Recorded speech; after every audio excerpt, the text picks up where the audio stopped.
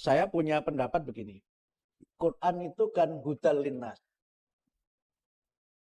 Yang sering dimaknai sebagai petunjuk bagi umat manusia. Sehingga karena itu maka Al-Quran itu harus dipahami oleh semua manusia. Tidak hanya orang beriman, orang agama lain pun juga harus memahami Al-Quran.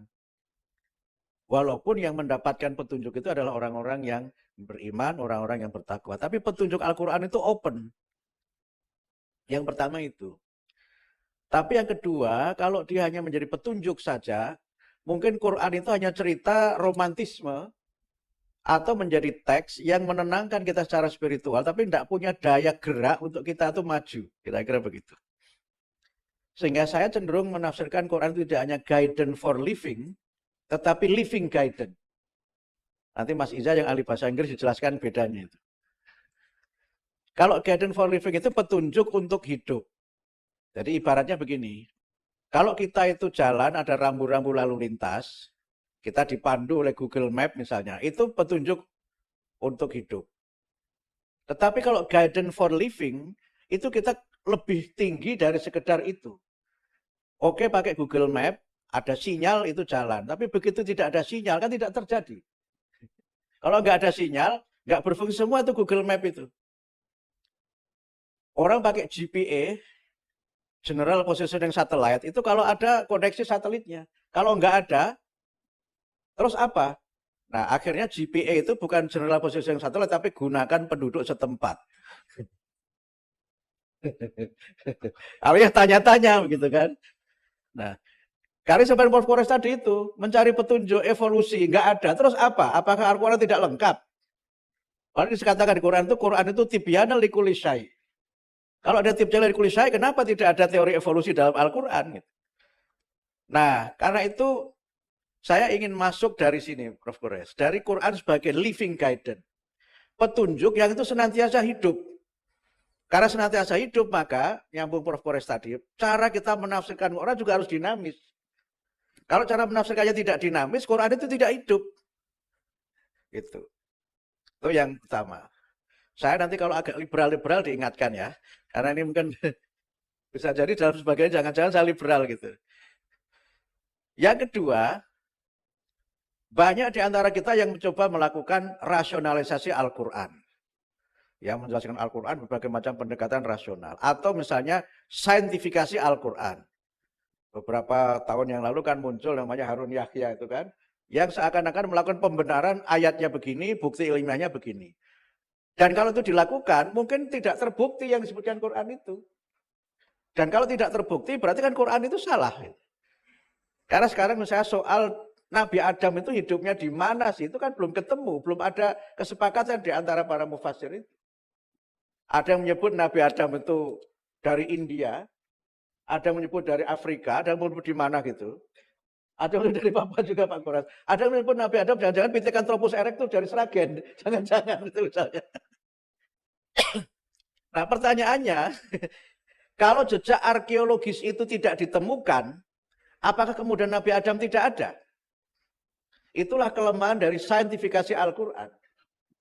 Dan Al-Quran memang, saya ngutip Profesor Kores, Al-Quran itu bukan kitab ilmu, tapi kitab yang mendorong manusia untuk mengembangkan ilmu.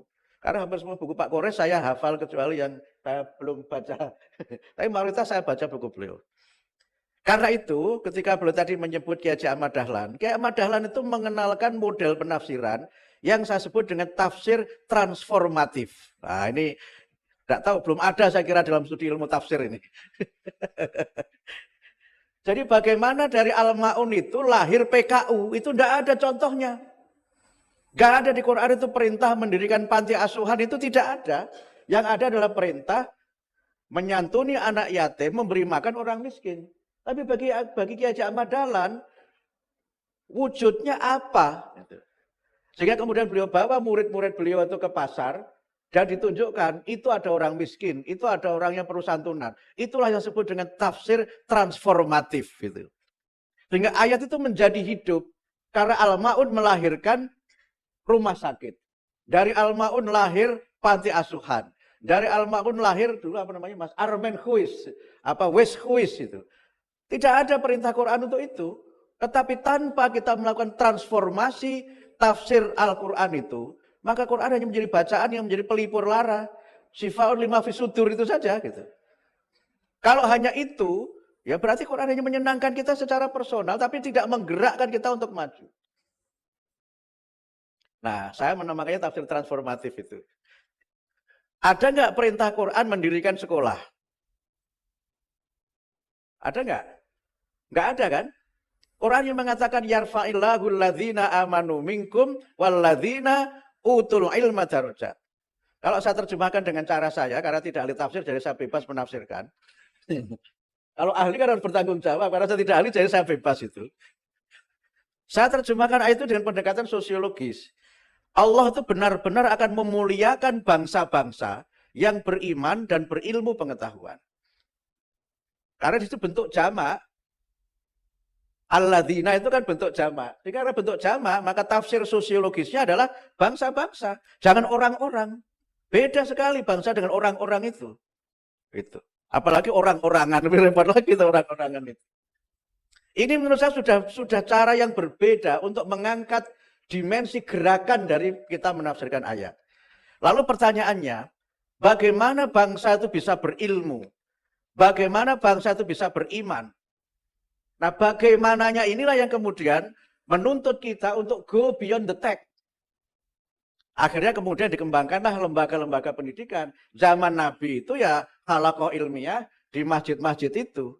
Tapi halaqah ilmiah di masjid itu kan tidak sunnah, itu kan tradisi orang Arab. Nah kalau sekarang pendidikan kita masih learning circle seperti itu, ya nggak maju-maju kita. Lalu bangsa ini akan terangkat harkat dan martabatnya itu ya harus dengan pendidikan yang bermutu gitu. Ini tafsirnya Mendikbud. Kalau pendidikannya tidak bermutu, ya tidak akan bermutu bangsa itu. Kalau pendidikannya tidak unggul, bangsa itu tidak unggul. Sehingga kalau kita menggunakan pendekatan lain, yarfa itu dengan pendekatan mudhari, ya terus saja masa depan gitu. Itu akan terus gitu. Akan terus. Tapi itu juga bukan pengertian yang salah. Karena apa? Kemajuan itu memang dinamis. Jadi apa yang dianggap maju pada zaman Ki Hajar Madalan itu, sekarang barangkali sudah ketinggalan. Nah gitu. Ini namanya tafsir transformatif. Kira-kira begitu. Itu baru makna itu. Harus go beyond the text. Karena tadi beliau menyampaikan, maksud Al-Quran mengatakan itu apa? Dan apa yang harus saya lakukan untuk kehendak Al-Quran itu dapat terwujud. Itu kan maksudnya kan di situ. Sebagian itu ditulis Muhammad Al-Ghazali dalam berdialog dengan Al-Quran itu kan. Walaupun dia kritik banyak sekali hadis di situ. Tapi semangat berdialognya itu yang harus kita ambil dari Al-Quran.